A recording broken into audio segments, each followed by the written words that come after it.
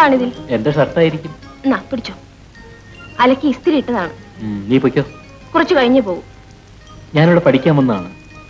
വല്ലവരും കണ്ടാൽ മോശമാണ്. ആരും കാണില്ല. കാണാതെയാ വന്നത്. ബാബു പറഞ്ഞില്ലേ, വല്ലവരും. അവരാണ് എന്നെ എന്റെ തൊഴില് പഠിപ്പിച്ചത്. ആ, ചായ കുടിച്ചോ? ഇല്ല. ഞാൻ പോയി മേടിച്ചോണ്ട് വരട്ടെ? വേണ്ട, ചായ ഞാനിവിടെ ഉണ്ടാക്കുകയാണ് പതിവ്. അങ്ങനെയാണെങ്കിൽ ഞാൻ ഉണ്ടാക്കാം. ഒരു പെണ്ണ് വീട്ടിലുള്ളപ്പോ ആണുങ്ങൾ അടുക്കള ജോലി ചെയ്യരുത്.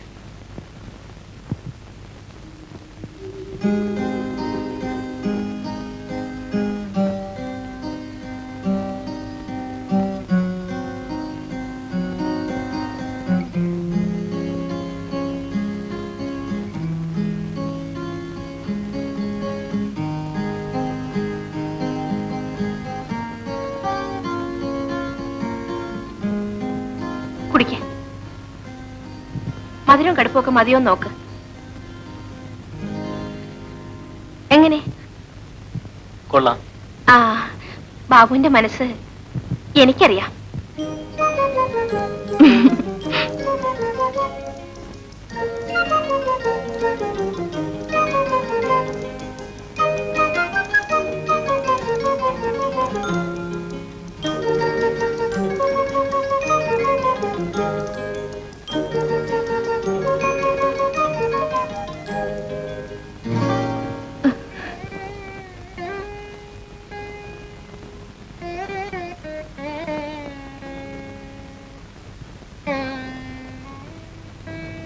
ഈ ഉദ്ദേശത്തോടുകൂടി എന്നെ തുടരുത്. എന്റെ ശരീരത്തിന് വേണ്ടി അല്ലാതെ എന്നെ സ്നേഹിക്കുന്ന ഒരാളെ കുറിച്ച് എനിക്ക് ഓർക്കണം.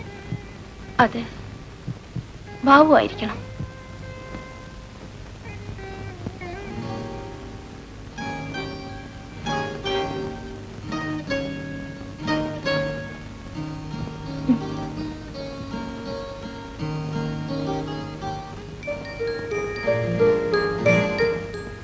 ആരുടേതാണ് ഈ ഫോട്ടോ? എന്റെ ചേച്ചിയുടേതാണ്. അവരുടേതാണ് ഈ വീട്. ചേച്ചിയുടെ ഭർത്താവിന് ഡൽഹിയിലേക്ക് സ്ഥലം മാറ്റമായി. ചേച്ചിയും കൂടെ പോയി. എന്റെ ജീവിതത്തിൽ ഇങ്ങനെയൊരു ദിവസം ഉണ്ടാകില്ല, ഉണ്ടാകരുത്.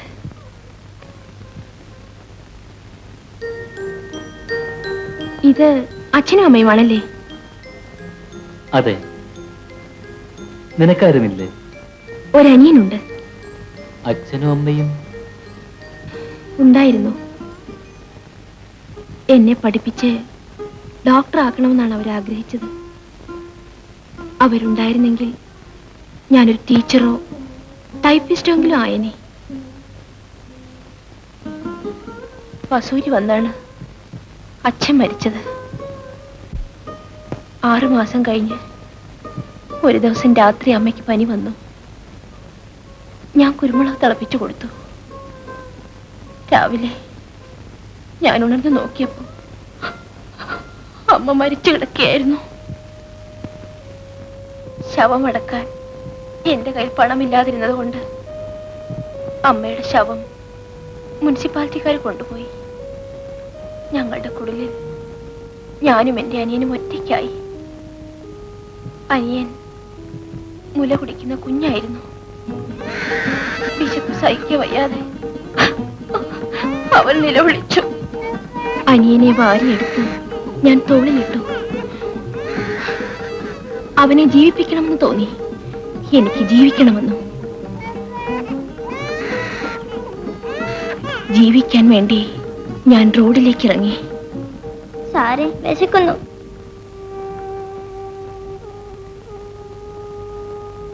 എവിടെ തെണ്ടിത്തിരിഞ്ഞ് നടന്നാലും എന്നും സന്ധ്യയ്ക്ക് ഞാൻ എന്റെ കുടിലെത്തുമായിരുന്നു. ഒരു കർക്കിടകത്തിൽ മഴയത്തും കാറ്റത്തും എന്റെ കുടൽ തകർന്നു വീണു.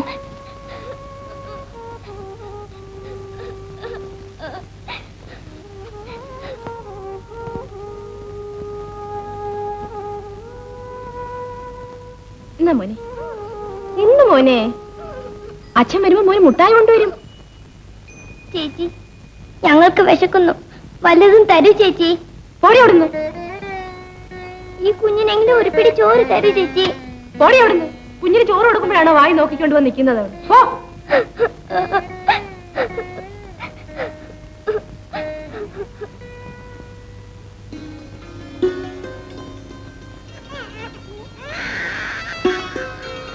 നിന്റെ അനുജന് കൊടുത്തേക്ക്. നീ ഒന്നും കഴിച്ചില്ലേ?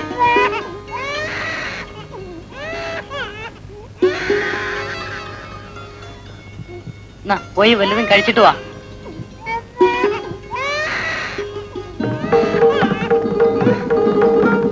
എന്റെ ജീവിതം ബസ് സ്റ്റാൻഡിലും റെയിൽവേ സ്റ്റേഷനിലും പീഡികത്തിണ്ണകളിലുമായി.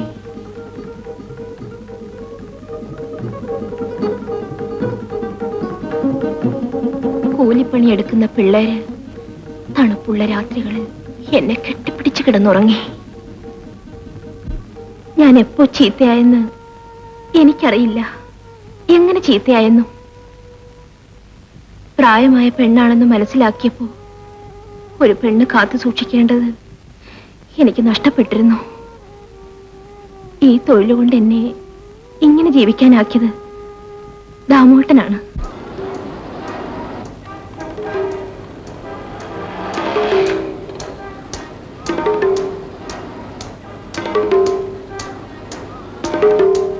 എടി എന്ത് കിട്ടിയടി? എടി പെണ്ണേ, ഏതായാലും നീ ചീത്തയാകുന്നു. എന്നാ പിന്നെ നല്ലവണ്ണം കാശ് വാങ്ങിച്ചിട്ട് ചീത്തയായിക്കൂടെ? ആരും തരുന്നില്ല ചേട്ടാ. അതെല്ലാം തരും, നമുക്ക് മേടിക്കാം. നീ വണ്ടിയിലോട്ട് കയറ്. കയറടി. ദാമുവേട്ടൻ എന്നെ മറിയച്ചേട്ടത്തിയുടെ വീട്ടിൽ കൊണ്ടുവന്നാക്കി.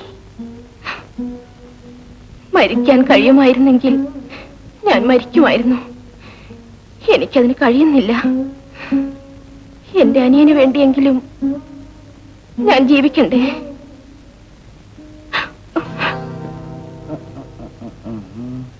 കൊള്ളാവല്ലോടി, നീ ഇവനെയും വിളിച്ചോ?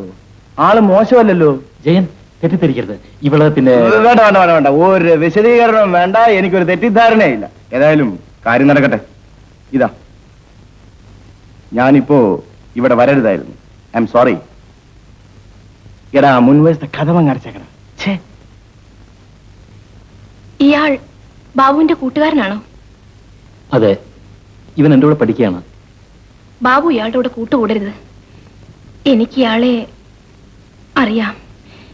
ഇയാൾ കുടിക്കുകയും ചെയ്യും. ശരി, രാജിപ്പിക്കോളൂ.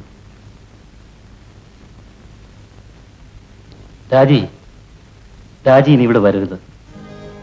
പൊയ്ക്കോളൂ.